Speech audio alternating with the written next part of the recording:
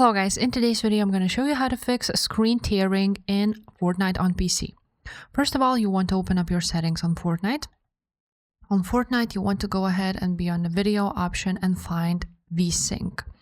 Now, VSync needs to be turned on if you don't have it on your PC, but if you already have it, and then you can just go ahead and turn this off, because disabling it will give you a higher frame rate and better input response.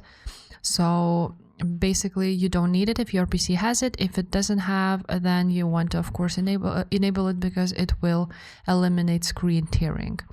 And that's pretty much it. If you have turned on your VSync, you want to also set it to full screen in order for this to work, and then click apply. And that's pretty much it, guys. If this video was helpful, make sure to subscribe, and I will see you next time.